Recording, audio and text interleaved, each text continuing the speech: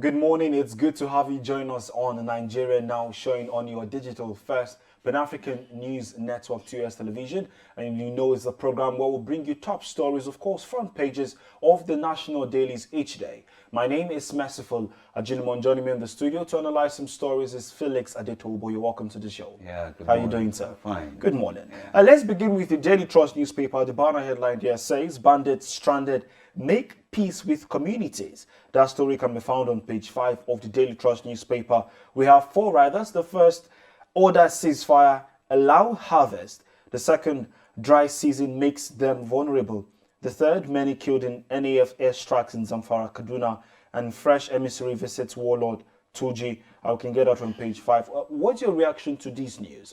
Bandits stranded and making peace with communities after the havoc that's been happening, of course, in the northeastern part of Nigeria. It's a good news, and normally these guys too are among the people. So They are people. yes, now they are among. I mean, they are among the locals. Okay. You understand? So that's why when the federal government was saying that the people should also speak out, I think this is what is happening now. They are also their people. They know that they are part of them. But the fear of what they could do, has been the problem, splashing everyone on the face. That's why people don't always like to talk. But now that they're hungry, hunger has a lot to do in human's life. So I think it's good, but we still need to be careful. If this is not another strategy to be able to get into the people more than what they've been doing before. So we have to be more careful, and the security agencies too need to also look into this, just to facilitate the security of the people. Okay, that story can be found on page 5 of the Daily Trust. Beside the picture of the data, we see concerns as money lenders breach data protection law. We can get it on page 30. And Shekarau says, I met Tinubu with consent of other G7 members. We see Curtis beheads man over spiritual torment. Can get out on page 25. And of course, you see travel ban right there, diplomatic role likely. National Assembly wants UK. We have 3 riders. The first, governors want Nigeria removed from red list. 3 fresh Omicron cases detected in Nigeria. We'll review our decision December 20th. That's coming from the British government, and that can be found on page 4. We see something on top of the stories there. Truck crushes 15 students to death in Lagos.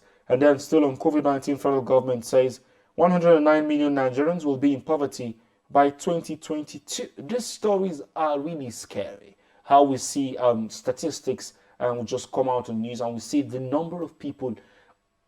109 million Nigerians will be in poverty by 2022. And this is coming from the federal government. What's your take to this update? It's not really an update. It's what we know is the reality.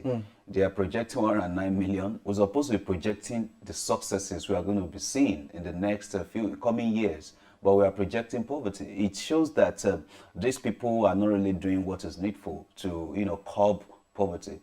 Over 80 million Nigerians, like 40.1% of Nigerians are living under the poverty line, according to NBS, National Bureau of Statistics, that they released, I think, sometimes last month. And this is not good for us. Over 80 million already living under that. That's like living under $1 daily. And they are already projecting 109. It's scary, but that's the reality. So the government needs to do more in making sure that the economy is better. And how can they make the economy better? We need to produce more. We need to export more. We import, we import and we consume, but we don't produce. How do you expect a country that does not produce to get, to improve our economy? This is dangerous for us, and I think they need to do more. I'm telling you, if it were to be in another country, those in charge of our economy will have been sacked because they are not really doing the work. We don't. We're not seeing results. We are not seeing results, and what they've been claiming to have been doing. If you listen to Professor Shibajo. One of the statements he made at the Dubai Expo, you see that the economy, the economic, what is it called, of the policymakers of the government seem to be confused in in their policies. So we need to get better and put the right people, in the right places to be able, to get us on track. Okay, put the right people in the right places. We move over to the Daily Times newspaper. From the very top there, we see Buhari sacks AEDC management, approves interim governing council. Of course, that story can be found on the Daily Times newspaper. And the banner headline there is Omicron. National Assembly films at UK travel ban, calls for removal of Nigeria from red list. We have two writers. The first asks British Parliament to prevail on UK government to resign the decision. And the second, travel restrictions could heighten vaccine hesitancy, says NGF. Again, bandits killed 12, injures cause in Kaduna community. All of these stories can be found on the Daily Times newspaper. On the Daily Independent, the banner headline there is 2023 general election. Aggrieved APC PDP leaders set to launch new party. The writer there says vow to dislodge APC PDP, optimistic of INEC registration. Of course, we can get that story on the Daily Independent newspaper. We know that we're less than 2 years to the general elections, and coming from this news, aggrieved APC PDP leaders to set to launch a new party. Do you think this can work? Do you think it's something that will be something worthwhile come 2023? This is democracy. Everybody is Entitled there to is do freedom what they of want to do. association. People may decide, in a particular place, may decide to live and form their own group or party. Is acceptable. But the main thing is that though we may think we need a third force, but we know that these two forces we have, they are very strong, very large, and it's very difficult to dislodge them. It's very, very difficult to dislodge them. What people are doing now is to move from party A to party B, or from party B to party A. That's what they do. So if we see all these aggrieved people, probably they just need, they just want to be heard also, and so that the party leadership will also consider them and bring them back. Okay, come and fill up this position or what. So I don't know. So but I think it's all politics. It's all politics, but it's good for us to have a thought for us, to be able to challenge government policies and the rest, and to put the parties on ground, on their toes, to be able to do something good. Okay, still on the Daily Independent newspaper, we see a story right there. Federal government's deficit spending in 2021 rises 39% to 5.5 trillion naira. The writer there says food imports surge to $1.41 billion despite Buhari's directive. CBN is saying insecurity power challenge may impede growth. We can get all of that story on the Daily Independent newspaper. And then we see court insists federal government can't deduct $118 million from 36 state accounts. And then there's something right there why federal government will implement National Livestock Transformation Plan, coming from the minister.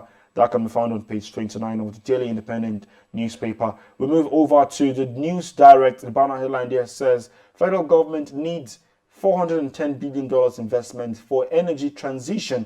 And of course, we're talking about 2021 LPG week. And with this story is coming from Osinbajo, the Vice President of Nigeria, says investment plan will solve clean cooking challenges.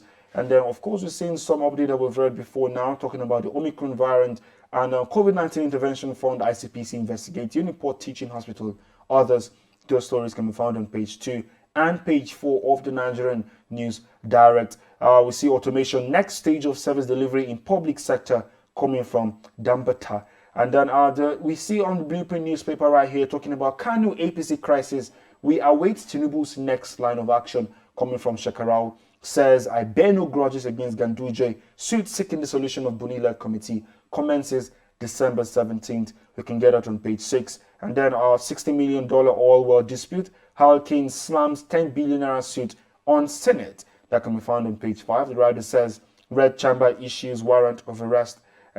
Talking about Durham College issue, 3 students arrested over Sylvester's death. We can get that on page 15 of the Blueprint newspaper. And RMDC breaking new ground in malaria cure. We can get that on page 20. The last newspaper talking about Business Day. The banner headline there says, Forex speculators selling off hoarded cash, say senior Nigerian bankers. FX speculators selling off hoarded cash, say senior Nigerian bankers. We can get all of that on the Business Day newspaper. And then we see in the front page editorial vaccine politics and UK-Nigeria relations. We can get all of those stories on page 8 of the Business Day newspaper.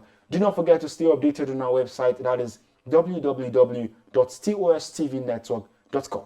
Our social media platforms are right there for you to follow and stay updated on happenings in Nigeria and, of course, across Africa. Many thanks for joining us on Nigeria Now. Thank you again for watching. And my name is Merciful Ejinomo. See you same time tomorrow. Stay blessed.